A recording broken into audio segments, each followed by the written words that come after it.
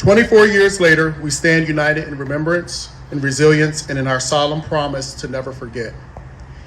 Recently, we have also been shaken by the news of the death of Charlie Kirk and other tragic moments, including the killing of Minnesota House of Representatives Speaker Melissa Hortman. Regardless of our personal political beliefs, their loss reminds us of the fragility of life and the need to end the cycle of political violence and division. Violence and hatred, whether driven by ideology, fear, or anger, have no place in a democracy. The memory of 9/11 and the pain of recent tragedies remind us that every life lost to violence is one too many. As we move forward, remember the victims, their families, and the survivors who continue to live with the weight of that day. The memory of 9/11 remains deeply etched in our hearts, reminding us of the unshakable power of community and unity in the face of hardship. September the 11th was one of the darkest days in our nation's history, but it also revealed some of the brightest truths about who we are. In those moments of chaos, firefighters, police officers, paramedics, and countless others rushed toward danger, risking everything to save lives. Ordinary men and women became extraordinary heroes, guided not by fear, but by love, duty, and courage. And in the days that followed, America itself rose as one. Neighbors reached out to neighbors, strangers became family. We discovered anew that we are strongest not in isolation, but together. That unity born in grief yet carried forward in hope is one of our nation's greatest strengths. As we reflect today, we renew our vow to remember to stand together in resilience and to honor the legacy of those we lost by striving for a future filled with peace, compassion, and solidarity. So as we reflect, let us remember what we learned about ourselves and how we responded. In the face of unspeakable tragedy, we saw the very best of America emerge. First responders rushing into danger without hesitation, and ordinary people stepping into extraordinary moments of bravery. In the wake of such horror, the strength and the resilience of our nation, it shined brightly. We came together as one people, proving that no act of evil could break our spirit or divide our resolve. As we honor the memory of those who died, we also remember the families they left behind and those who later suffer illness from their service at Ground Zero, and the more than 7,000 U.S. service members who made the ultimate sacrifice in the war on terror. May the legacy of this day be one of unity, resilience, and hope, and a reminder that in our darkest moments, the American spirit shines bright. And may we continue, so important, please, may we continue to pray for God's blessings and protection over our communities and over our country. The question has often been asked, why did they do it? Why did those firefighters risk everything in the face of almost certain death?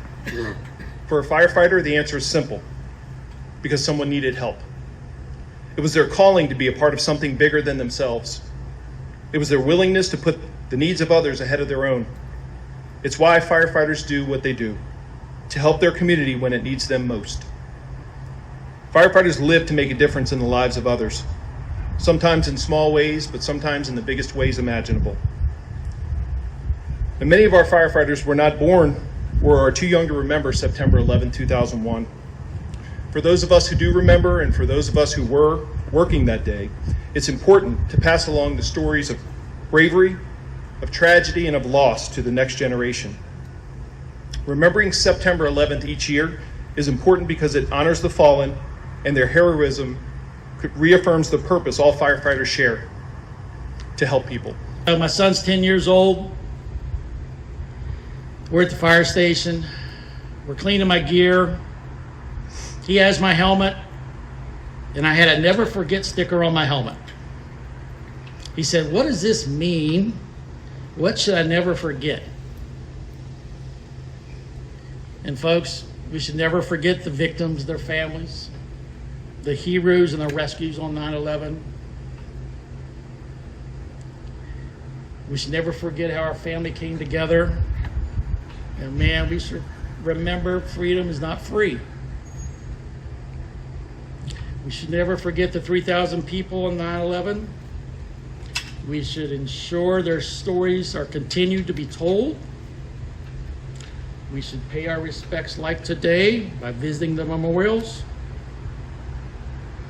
And then we should remember the true heroes at the Pentagon. It wasn't me, and it wasn't firefighters or law enforcement. Thousands of people were rescued at the Pentagon by their co-workers. The people sitting across the table from them, our military service members, the civilians working at the Pentagon. Folks, I didn't pull anyone out. Today, our military members continue to suffer the worst of 9/11. And we said it before, Supervisor Diggs. Since 9/11, 7,000 servicemen and women have been killed in the global war on terror. 53,000 have been injured, 10,000 permanently. Today, more firefighters have died due to 9/11 exposures and illnesses than were killed on 9/11 itself. In my own department, on my own team,